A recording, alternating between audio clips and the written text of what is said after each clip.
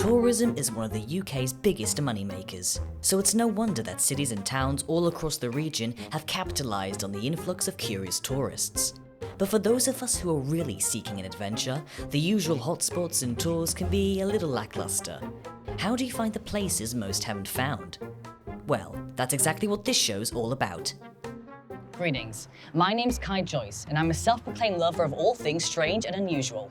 I'm not the only one. All over the UK is a whole cast of eager adventurers, keen to explore the many mysteries that lurk just underneath the surface of every town in Great Britain. So, that's exactly what I'm going to give to you.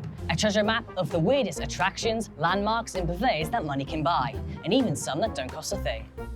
On today's show, we'll be taking strolls down haunted triangles, gazing at mind-boggling illusions, and making some very questionable purchases.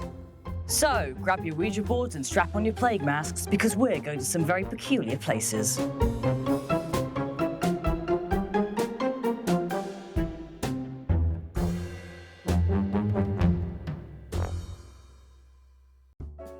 To begin our journey of conquering Britain's most unusual sights, we're starting off in Liverpool, home of the Beatles, Batman, and genetic experimentation gone bananas.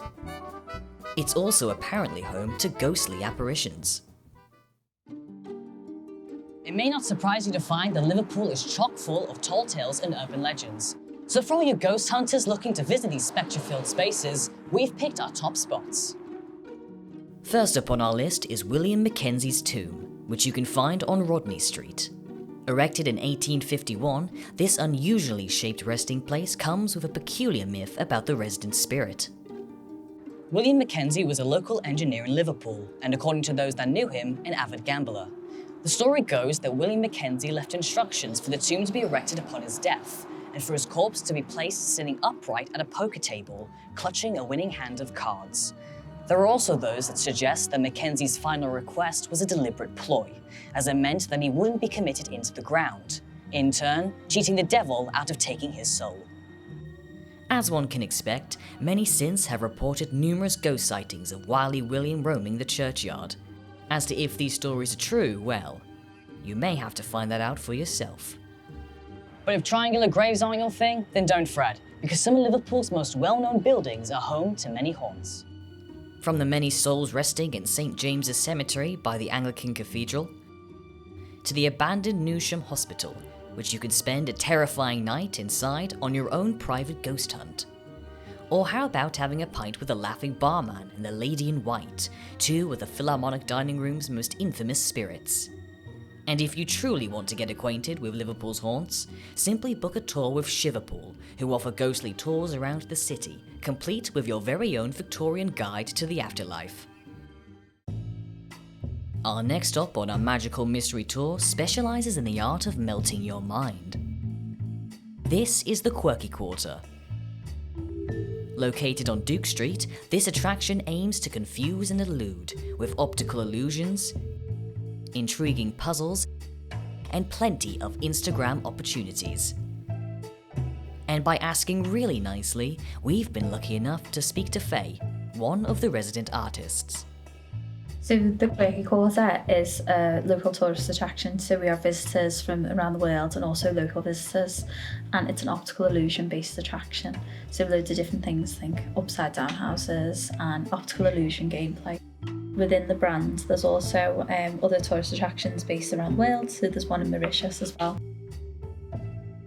My practice is based around the Rubik's Cube, so I make Rubik's Cube sculptures, which definitely fits the theme of Quirky Quarter. We've got a new piece going up for install this year, which is the Beatles, made out of Rubik's Cubes, over 1,000 of them, so that's pretty fun. Being a Scouser, a lot of my sort of Scouse identity does play into my artwork. I love art history as well, so it's kind of a blend of your general Scouse things, you know, buildings, live birds, the Beatles, things that are really recognisable to people. When we ask our families at the end, or our visitors when they come through, what their favourite part was, they usually say it's the last part, which I'm not going to give away because you've got to experience it yourself to understand why people love it. Some of the other parts that people really enjoy are the upside down rooms. You can get some really good photos in the upside down houses.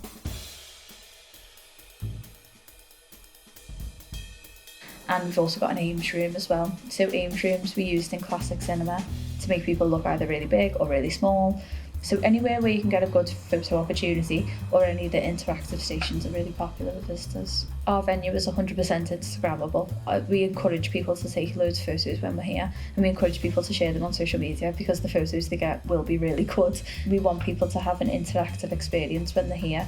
A lot of our redevelopments in the exhibits have been made to make them more interactive and more hands-on, so people can experience them at a different level, and I think that's what makes our experience memorable. It's one of the most popular tourist attractions in the city, and it's because there's nothing else really like it. When people come here, they go, I've never been anywhere like this, and that's exactly what we want to give them, an experience that they've never had. For a golden ticket into these monochrome gates, expect a ticket price of £13 per person, with concessions available. From quarters to Baltic triangles, our next place can be found within this industrial district, a haven for graffiti artists of all tastes. This collection of warehouses have been transformed into indie businesses, and for those with cash to burn, look no further than Red Brick Market. Inside the sprawling space hosts a different shop at every corner. Everything from vintage fashion to tiny guitars, inedible candles, and questionable lamps. But for those looking for a truly memorable shopping experience, one stall in particular might catch your eye.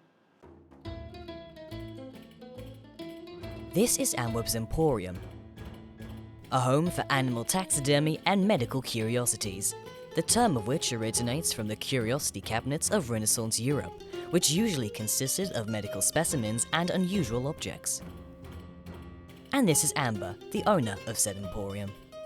My Emporium was launched in my final year of university in 2020. It started pretty much as a passion project because I collect a lot of this stuff myself. I've always been curious about natural history and storytelling in nature, and out of the million reasons why I do this, I think that's kind of what drives me right in the beginning. What kind of things do you sell? Anything strange and macabre or odd, curious, anything that tells a story, especially from history. Here I have my crime memorabilia case, which is very misunderstood. Nothing in here is kind of related to victims and things like that. So it's anything from Kieran's legal documents, CDs, pins, pieces of soil and apartment bricks. I also give a percentage of sales towards different charities each month, and I've covered it with this curtain so people can make an informed choice about if they want to watch what's in there and see what's in there. I have my wet specimen cabinet, which is my primary type of preservation. It's the first type of preservation I learned myself. I have a whole thing filled with wet specimens, antique ones at the bottom, and a small section of diaphragmized specimens, which is where the tissue is made see-through and then the cartilage and skeleton are dyed, so it's easier to view the internal skeleton without opening them up. Over here I have kind of my general stuff, including popular mice. My friend makes these. I've been buying from her for years. She's very talented. My favourite one has to be Gandalf mouse. And then skulls as well. So I have 2 skull cabinets and bone cabinets. Here are some lobotomy tools. And how old are these? These ones I got from America. So I believe probably about 60 years or so now. I have mostly birds up here, bunnies, more seasonal, little crystals. Diorama is my favourite. So I have the tarantula diorama as well as the rabbit writing desk diorama. After perusing Amber's collection, I sat down with her to discuss the nitty-gritty details of selling these curiosities, including the process of taxidermy. A brief overview would be preparing the body for the type of preservation it's going to go through. For taxidermy, internal organs and things are removed, only the skin remains. Wet specimens, everything still remains, so it's treating everything, not just skin. Bone preservation would be removing everything else apart from bone and then going through those processes, which are very in-depth. In terms of where they come from before they meet someone that's processing them, it would be things like by roadkill, dying of old age or disease, ex-pets, things along those lines. I've worked with nature reserves, people that have contacts with zoos, doctors and surgeons, which is why I get my medical oddities, because I want to know the ins and outs of something before I decide whether I want to sell it or not. Sourcing is something very important within the oddity community.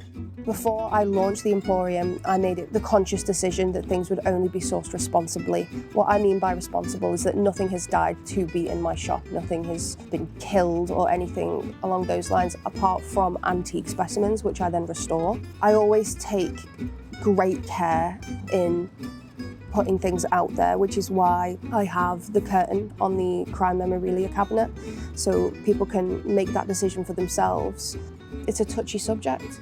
Like, I have spoken to some people that I know that are victims of violent crime, and I had their opinion first. It was a lot of research went into this before I decided that, one, I was going to start sourcing things, but then also open it up in my shop. In terms of taxidermy and wet specimens, it has been so close to home with my love for animals that I couldn't bear knowing that anything had suffered for my personal gain and having it in a shop. I do what I do because I love animals, not because I hate them. I find that the most sold items would be small taxidermy pieces that are whimsical and add a kind of edge to the macabre, rather than something just being macabre and that's it. As much as I love those items myself because of the kind of juxtaposition of it all, it's important for people to still have a touch of humour when it comes to death, and I think that's quite important as well. So it would be the mice dressed up in different professions, or the dioramas. I find that those sell quite well. After all that walking and talking, it's time we found ourselves somewhere to drink. But true to this show's fashion, we sought after the weirdest pub we could find. This is Hobo Kiosk, a self-proclaimed bohemian bar. Sporting a large collection of niche memorabilia, this place prides itself on being a strange little slice of fine beer and good company. To learn more about the bar's history and its unique decor, we spoke to one of its owners. My name is Tristan Brady Jacobs. I'm one of the owners of Hobo Kiosk with my partner, Delia. The idea behind the bar was basically money. Both Delia and I are or have been community artists all our lives. However, there was no pension in it. When we got to the credit crunch, I happened to have this space down here, and I was thinking, what can I use it for? We ran it as a shop for 2 years, and it did not work. The Baltic Triangle is an up-and-coming cultural area, but it wasn't a shopping area. But then somebody else said, it's all about micropubs nowadays. This was 9 years ago. We were aware of and enjoying the craft beer revolution, which seemed to me to be a nice grassroots community kind of enterprise. The various breweries were run by people that we kind of knew or could get to know. We thought, never had a particular longing to run a pub, but we'd give it a go. And it took us about 6 months to get set up. We started with the absolute minimum. It was possibly one of the first theatrical moments that we noticed, which was that if you put a lock on the outside of a toilet door, it really fucks up people's heads in the most delightful way. And so we were planning to put our clothes on it, we were planning to do the right thing, and we never have. It's become part of the law, the canon of the Hobo Kiosk. We began to realise that the pub was an artistic expression, an art installation in and of itself, filled with fascinating objets that we've collected from around the world, and populated by cast of characters. Some of them are regulars, some of them are people who've come from afar to come to the pub. I have been collecting posters all my life. I've been collecting lettering and print. So all these things are part of an artistic landscape that people probably weren't aware of at the time. And it's people like myself who were finding them and keeping them. The viral sign I liberated from somebody's shed. I've collected this wonderful collection of imagery over the years, and it was a great excuse for showing people, for using it as a kind of public museum that people can and drinking. It's become something of a cabinet of curiosities, and each thing has a life of its own. We have regular music here. We attract musicians. We've got a particular strong streak at the moment of old punks. They really love us. We pack this place with punk fans, young and old, which is really, really excellent. We're going to be having a improvised jazz night. So we're going to find ways of creating impetus or triggers for the improvised jazz. I have something called Mr. Hobo's Tiny Trumpet, which is just me doing poetry of various kinds. Those are the events that are coming up at the moment, but I'm always looking for new ones. We have always attracted people who wanted to come down to a bohemian pub, and that's a slightly older audience generally, but we love it when you young people discover us as well. There's no friction, and everyone just has a wonderful time. Because of our artistic background, we sort of are interested in not just in the pub as somewhere to make money, but also as a venue for creating cultural moments that can give people new kind of impetus or new ideas. In 1982 I came here, and I came here because it was this incredible bohemian city. It had glamour in the sense of magic, witchcraft. It had this aura of arts and culture, and this was coming from the working classes. It was something that was always there. Pubs were places where cross-generational groups met, people swapped and shared stories, where you could learn. If you don't take that into account and start thinking about how we could create better environments where people will use their time out in social situations to become better people. It's not an education, it's not school, it's not that. But the pub could be an engine of culture. Thus concludes our tour of Liverpool's strangest attractions. We've peeped at ghoulish graves, lost ourselves in a maze of illusions, and been thoroughly jazzed up. Who knew you could have such fun when you step out of your comfort zone? Be sure to join us for our next trip around some of Britain's most peculiar places. Until next time, stay curious.